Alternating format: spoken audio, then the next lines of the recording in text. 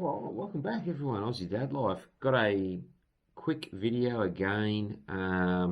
It's fishing season and lockdown is over. So what I've got is I've been mucking around. Obviously, I've had my boat for about a bit over 12 months and I haven't had any GPS marks. So just sort of been going out, mucking about, seeing what I could find.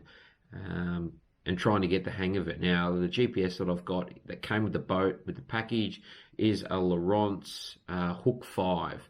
So it's not it's about a $500 one looking online, and has the ability to accept GPS marks and maps, and it comes with a micro SD slot for you to be able to upload them. So what I decided to do was get a bit creative. I had some old fishing books that have some GPS marks. So here's one of them. It's an AFN GPS marks with a whole heap of, I guess, standard ones that have probably been around forever across all the states, Victoria, New South, Queensland, all of that.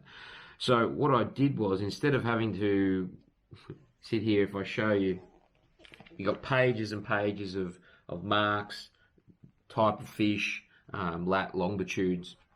What I did was I got a little bit creative and thought I'll have a go with trying to scan them in with a scanner into my computer and then ripping them off anyway, and putting them into an Excel file and converting it into a series of waypoints, and it actually worked out really, really well. So I thought for people that are new to fishing, have got the fish finder, don't really know, and these marks can go in, I think, believe any GPS unit. Um, I'll show you the steps to be able to do it. It's pretty straightforward, and let's get stuck into it. All right, so what I've got here is a scanned copy of one of the pages. As you can see, it's got the location, descriptions, comments, latitude and longitude. Obviously, these are the two most important things. Anyway, so what you'll need to do is, as long as you've got an editing programs such as Microsoft Word and Microsoft Excel or a free equivalent, you should be able to get all of the information easily without having to sit there and type out hundreds of lines of latitude and longitude. So all you need to do, once you've got your PDF, you can close that down. Now, when you open up the file, you'll get this message saying, would you like to convert it into an editable Word document? Yes, you want to click OK on this. This will allow you to pull out the file a little bit easier. So as you can see, it has converted it. It is a little bit ugly because we're using Word as the editing program. Um, and you will have to tidy it up a little bit when you put it into Excel, but it's better than typing it out, like I mentioned, manually. So literally just click on all of that, copy. Then we open up Excel.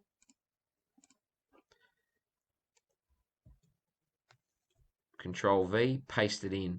So as you can see, it's a little bit tidier now, but it's still a little bit messed up with the latitude and longitude. You'll see there's lots of gaps. All you need to do is go through and start deleting the blanks, shifting everything up where they belong, and this will start aligning all of the marks to where they should be. Anyway, once you have done that and edited all of the lines through, your file should look basically like this. You've got your name, your description, your latitude, and your longitude. Okay. Now, one important thing to remember if you're fishing, obviously, depending on where you are in the world, here in Melbourne and being in the south and east, you need to make sure that they all start with an S for south and an E for the east.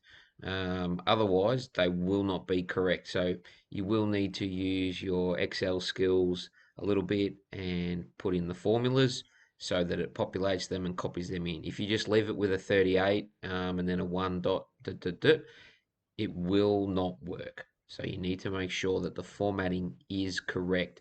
And like I say a little bit later in the video, you test them out before you convert it, because the numbers do change when it's converted into a GPX file format. This is now ready to be imported into a GPX file for loading onto to your SD card, and then putting into your GPS unit. So we'll have a look at what that looks like. Now, the website that you need to go to, it's called gpsvisualizer.com. Pretty straightforward. You want to see convert to GPX. We click on this. Now, it needs to be in this particular format structure: name, description, latitude, longitude. Now, because I wasn't sure at the time, I just literally copied the name so I know exactly what the mark's called. They're both exactly the same there. Name, description, latitude, longitude. Choose the file. All you have to do then is click on convert.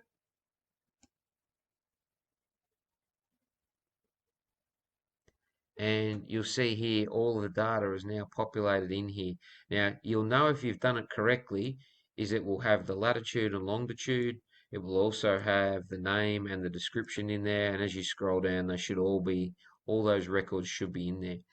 Now, to confirm that you've got the right latitude and longitude, you can actually just copy this out, these values, and put them directly into Google Maps, and that will confirm that it's in the right spot. So let's have a look.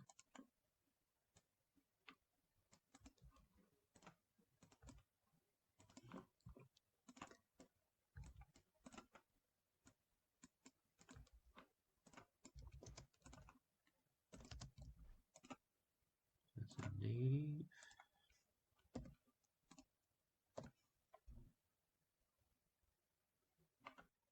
So there you go. You're off Mordialloc. That's the spot that it's supposed to go to. So you know that's correct. So probably good idea to spot check some of them to make sure they're all okay. But once you're happy with this file, all you have to do is click on this download. That will download the file. You can rename that and you copy that to your map. Anyway, we'll jump to the boat now and I'll show you how you import it directly into the Lowrance unit. All right, so now once you've got your GPS unit, you've inserted your memory card, press your map button, you'll come up and you'll see storage. You'll wait for this to do its scan. It's found the memory card. Expand on that. And your files that you should have put in there, which will be named .gpx, you just scroll down, hit your enter, move over to import. Yes, it'll import everything and it's done. That's it. Hit your map button again, go up to your waypoints, and all of your waypoints should now be saved. So if I go to Borrow Morris and then just hit enter, go down to show, enter, discard, don't want to do any changes. Boom, there's my marks. And you can see there's a whole bunch of other marks floating around as well. If I zoom out, all the other marks are now populated on there. And you're ready to go and catch some fish. So anyway, hope that's helped you out. Hope if you've got into problems, this is going to give you a bit easier run through. And yeah, get out and catch some fish. Thanks for watching Aussie Dad Life, and I'll catch you on the next video.